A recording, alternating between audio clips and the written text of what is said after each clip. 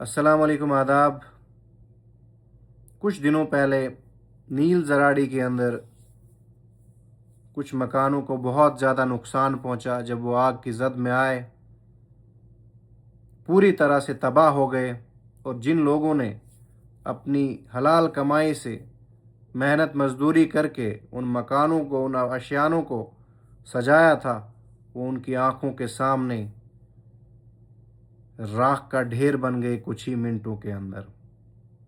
मैं उन लोगों के साथ, उन फैमिलीज़ के साथ इज़हार हमदर्दी करता हूँ और उम्मीद करता हूँ कि एडमिनिस्ट्रेशन उनको हर मुमकिन मदद करेगी और फौरी तौर पे जो भी रिलीफ पॉसिबल है वो उनको मिलेगा। इसी सिलसिले में जब मैंने फेसबुक पे एक सवाल उठाया, अपनी वॉल पे एक सवाल पोस्ट किया कि वहाँ पे एडमिनिस्ट्रेशन दिखी, एसडीएम साहब गए, बाकी लोग गए, सोशल वर्कर्स गए, नील की आवाम वहाँ पे पहुँची, तो मुझे एक इंसान नहीं दिखे। वो थे एमएलए साहब, एमएलए बानिहाल, मुझे वहाँ पे नहीं दिखे। तो मैंने एक सवाल पूछ लिया कि एमएलए साहब, आज जो मुतासिर फैमिली है, जो अफेक्टेड फैमिलीज़ हैं, उनसे मिलने क्यों नहीं गए। मुझे इसका कोई इल्म नहीं था कि एमएलए साहब कहीं पार्टी में हैं या किसी फंक्शन में गए हैं, क्योंकि वो मुझे पूछ के तो नहीं जाएंगे। हाँ, उनके वर्कर्स को उनका पूरा पता होगा कि वो किस टाइम पे कहाँ पे होते हैं।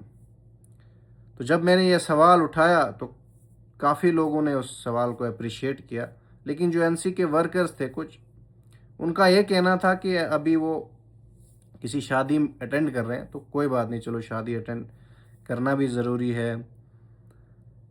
लेकिन और उनका ये भी कहना था, जो उनके वर्कर्स थे, कि वो आएंगे तो और मिलेंगे, आएंगे और उन लोगों से मिलेंगे भी, और उनको जो भी असिस्टेंस होगा, जो भी इमदाद होगी, वो प्रोवाइड करेंगे।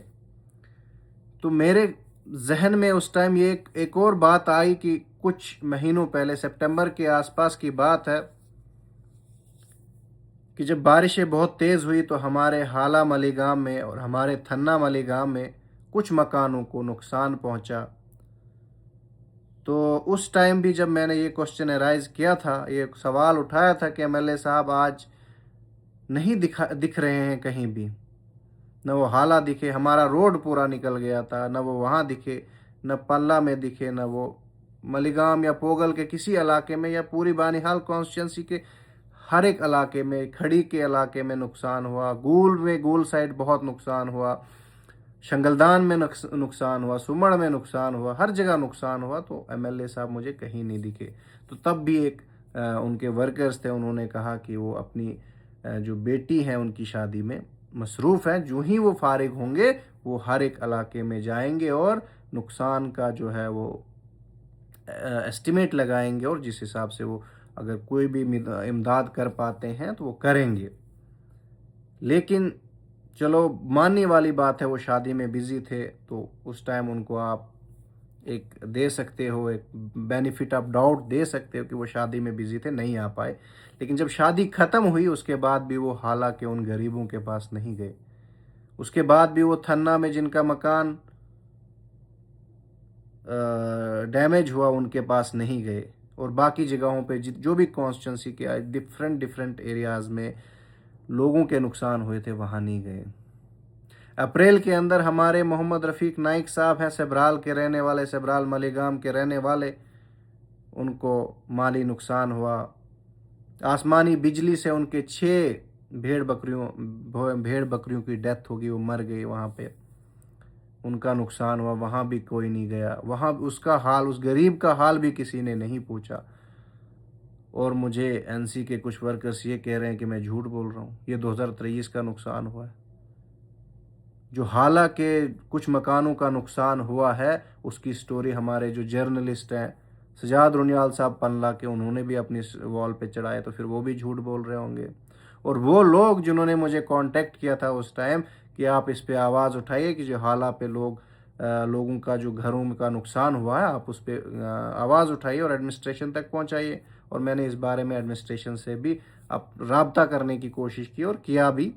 उसके बाद वहाँ पे पटवारी भी गया, असेसमेंट करने के लिए कि कितना नुकसान हुआ है, उसके गवाह हालांकि लोग भी हैं।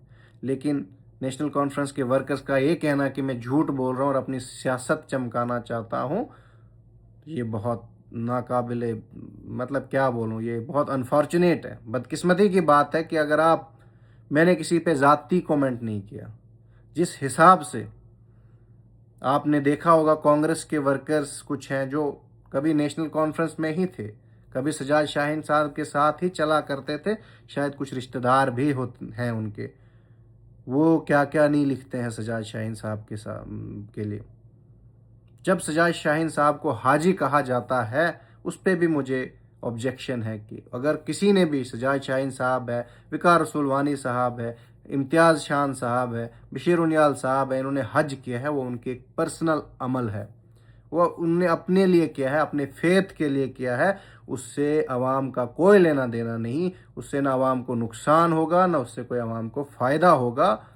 तो इस चीज़ को, एक फेथ को, एक रिलीजियस जो अपना वो है एक एक्ट को पॉलिटिक्स में यूज़ करना गलत है। और दूसरी चीज़ साथ में ये भी कहूँगा, जब वही सजाद शाहीन साहब की एक वीडियो वायरल हुई जिसमें वो गाना गा रहे थे, तो कांग्रेस के कुछ वर्कर्स ने उस चीज़ को उछाला और कहा कि ये हाजी साहब तो आज सिंगर बन गए।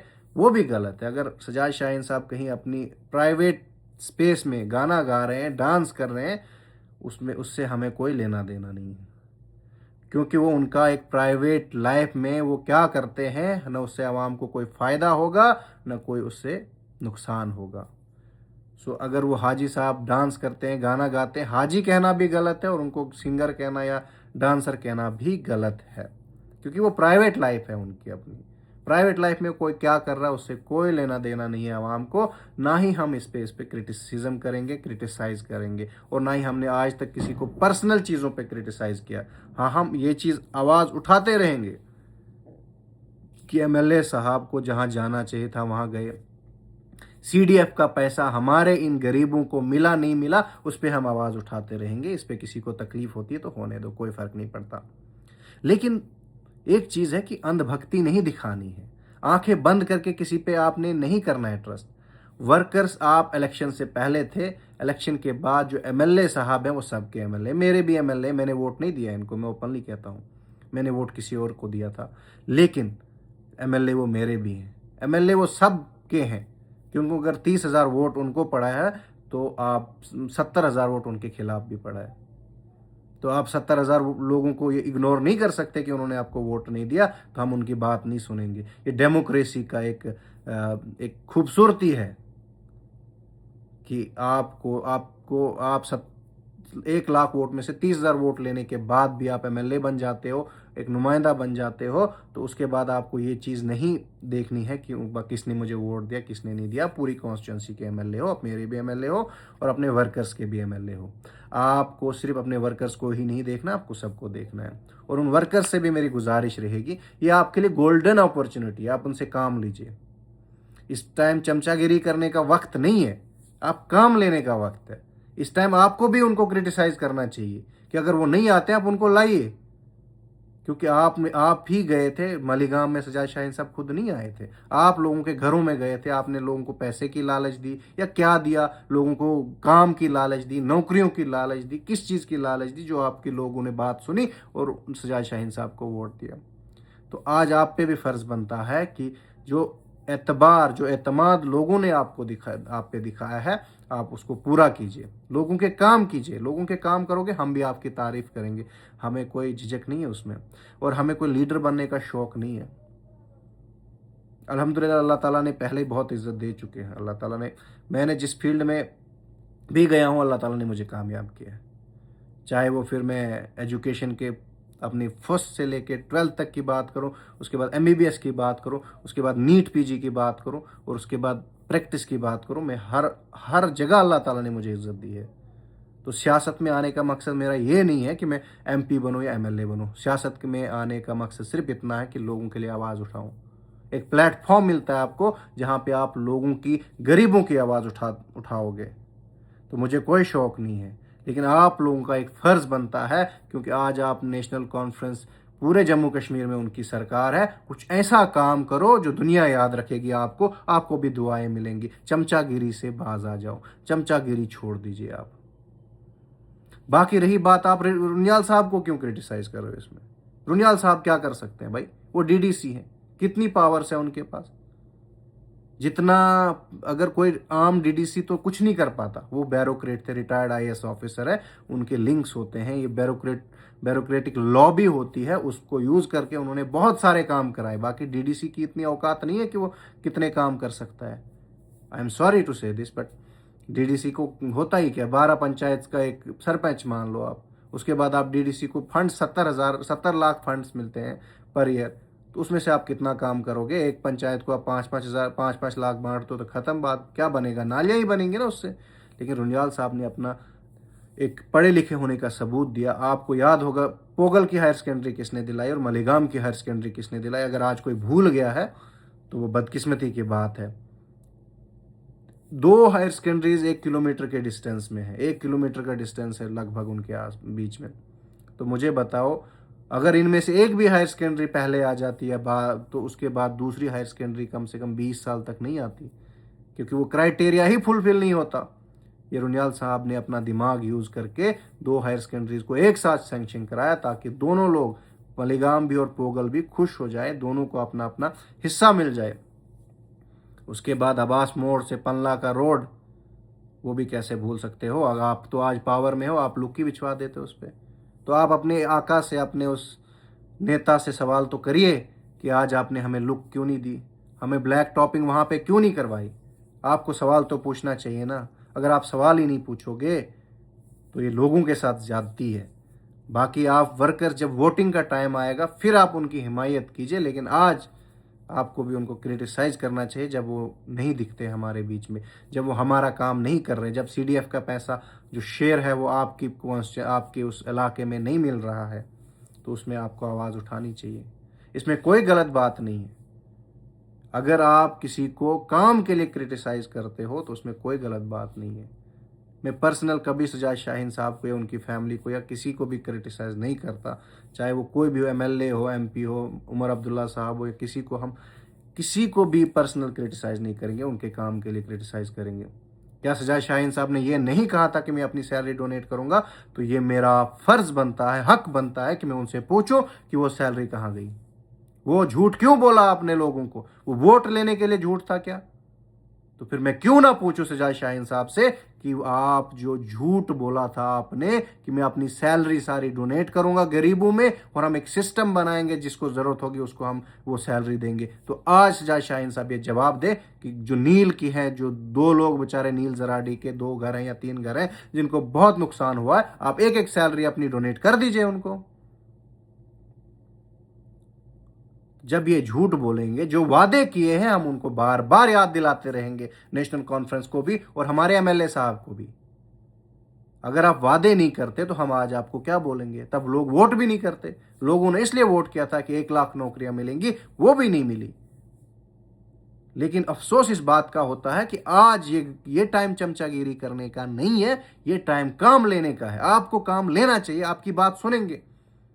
मेरी बात नहीं सुनेंगे वो, मैंने वोट नहीं दिया है, लेकिन आपने वोट दिया है, आप उनके खास वर्कर हो, आपके घर में आना जाना है एमएलए साहब का, आप उनसे काम लीजिए। हम भी आपके साथ हैं, हम भी आपकी जय जयकार करेंगे। मैं सबसे पहले आपका नारा बुलंद करूंगा, जिंदाबाद कहूंगा, जब आप हमारे इलाके में काम कराओगे। लेकिन जब आप काम ही नहीं कराओगे और हम क्रिटिसाइज करेंगे और वहां पे आप खड़े हो जाओगे सामने कि नहीं आप झूठ बोल रहे हो, मैं झूठ बोल रहा हूं। मुझे इस बात का दुख है कि आपने मुझे कहा कि मैं झूठ बोल रहा हूं। मैं कैसे झूठ बोल रहा हूं? जब वो आप गए होते अगर हाला में तो आपको पता होता। अगर आपने देखी होती सजाद रुनियाल की स्टोरी तो आपको पता होता। अगर आपने उन गरीबों की फुकार सुनी होती तो आपको पता होता। झूठ मैंने नहीं बोला, झूठ आप बोल रहे हो। और आप जो है वो एक किसी को डिफेंड करने में इतने वो आगे निकल चुके हो कि आपको कुछ दिखता ही नहीं है। बाकी मैं किसी को पर्सनल कमेंट नहीं करता। आप रुनियाल साहब के लिए पर्सनल कमेंट तब से करते आ रहे हो, करते रहो। अल्लाह ताला ने जितनी इज्जत रुनियाल साहब को दी है ना पूरे जम्मू कश्मीर के अंदर, या छोड़ो डिस्ट्रिक्ट रामबन के अंदर, किसी को नहीं दी है।